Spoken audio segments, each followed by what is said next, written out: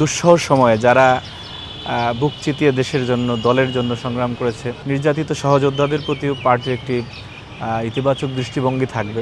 হাসিনা বিদায়ের আগে এক সেকেন্ডের জন্য আমরা নিরাপদে শঙ্কামুক্তভাবে আমার নিজের ক্যাম্পাসে আমরা ঘুরতে পারি না। ঝুমা অনেক কথাবার্তা বলে ছাত্রদলকে নিয়ে, আমাদের কোনো ছোট ভাই কোনো সহযোদ্ধা তাকে গিয়ে তির্যকভাবে তো দূরের কথা একটা নেগেটিভ মন্তব্য করেন। ডাকসুর ভিপি সাদিক কায়েম, সে হওয়ার কিছুদিন পরে শুনলাম এমপি ইলেকশন করবে ঢাকার। এই ফ্যামিলি কার্ডের বিরুদ্ধে যে ওই সাদিক কায়েমের বক্তব্য আছে, ফ্যামিলি কার্ড ভুয়া।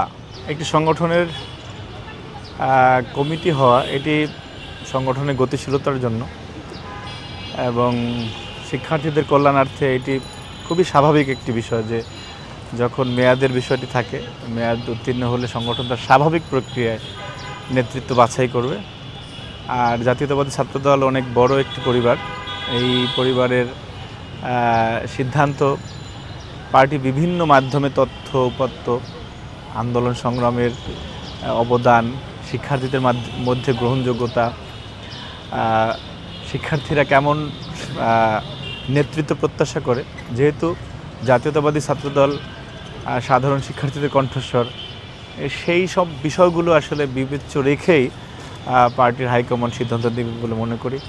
তবে আমার কাছে মনে হয় যে বিগত ফ্যাসিবাদ বিরোধী আন্দোলনের জুলুম, নিপীড়ন এবং দুঃসহ সময়ে যারা বুক চিতিয়ে দেশের জন্য দলের জন্য সংগ্রাম করেছে, মানুষের বাক স্বাধীনতা ফিরিয়ে আনার জন্য, সেই সব নির্যাতিত সহযোদ্ধাদের প্রতিও পার্টির একটি ইতিবাচক দৃষ্টিভঙ্গি থাকবে এবং শিক্ষার্থীদের মধ্যে গ্রহণযোগ্যতা রয়েছে, শিক্ষার্থীরা কেমন নেতৃত্ব প্রত্যাশা করে, এই সব প্যারামিটার, এই মানদণ্ডগুলো একত্র করে পার্টি সিদ্ধান্ত নেবে এবং যে সিদ্ধান্ত নেবে সেটাই আমাদের সিদ্ধান্ত, সকলের সিদ্ধান্ত এবং সেই সিদ্ধান্ত অনুযায়ী আমরা কাজ করব। এখানে আসলে দ্বিমত প্রকাশের কোনো সুযোগ নেই। ঢাকা বিশ্ববিদ্যালয় সহ বাংলাদেশের শিক্ষার্থীরা যখন স্নাতকোত্তর করে, তারপরে একটি জব সেক্টর নিয়ে একটি দুশ্চিন্তা থেকেই যায়। আপনার বাংলাদেশে প্রায় মাস্টার্স হোল্ডার বেকারের সংখ্যা প্রায় 1.5 কোটি।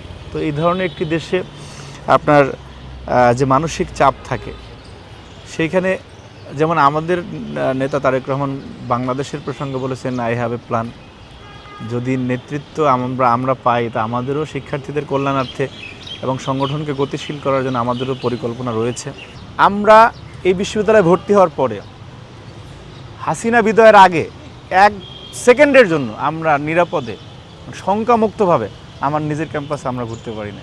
সুতরাং এরকম একটি দুর্বিষহ সময়ের ভিতর দিয়ে আমাদের ছাত্র রাজনীতি করা লেগেছে। আজকে আমরা যেই বাক স্বাধীনতার জন্য এদেশের মানুষ বারবার রক্ত দিয়েছে, সেই বাক স্বাধীনতা আমরা ফিরে পেয়েছি।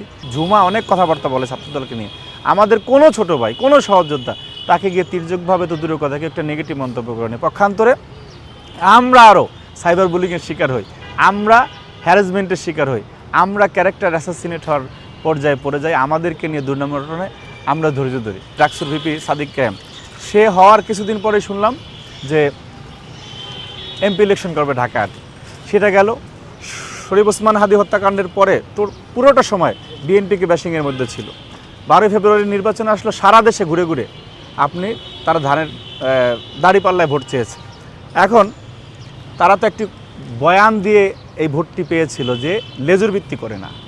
কিন্তু আমি চ্যালেঞ্জ করে বলতে চাই, ছাত্র দলের চেয়ে ইসলামী ছাত্র শিবির এবং ডাকসুতে যারা নির্বাচিত হয়েছে, তারা দাঁড়িপাল্লার জন্য বেশি কাজ করেছে মূল দলের লোক হয়ে। এবং এই ফ্যামিলি কার্ডের বিরুদ্ধে যে ওই সাদিক কায়েমের বক্তব্য আছে, ফ্যামিলি কার্ড ভুয়া, এরকমের লেজুর ভিত্তি তারা করেছে। ফাইন্যান্সিয়াল এক্সপ্রেসের তথ্য অনুযায়ী দেখা যায় যে প্রায় 45 থেকে 50% শিক্ষার্থী আমাদের উপস্থিতি থাকে। ঠিক খাবারের মান উন্নয়নে কোনো পদক্ষেপ নেওয়া হয় না, শুধুমাত্র সারাদিন বিএনপির বিরুদ্ধে গলাবাজি, বিএনপির বিরুদ্ধে ন্যারেটিভ তৈরি করা এবং সেটাকে প্রচার করা হচ্ছে তাদের কাজ।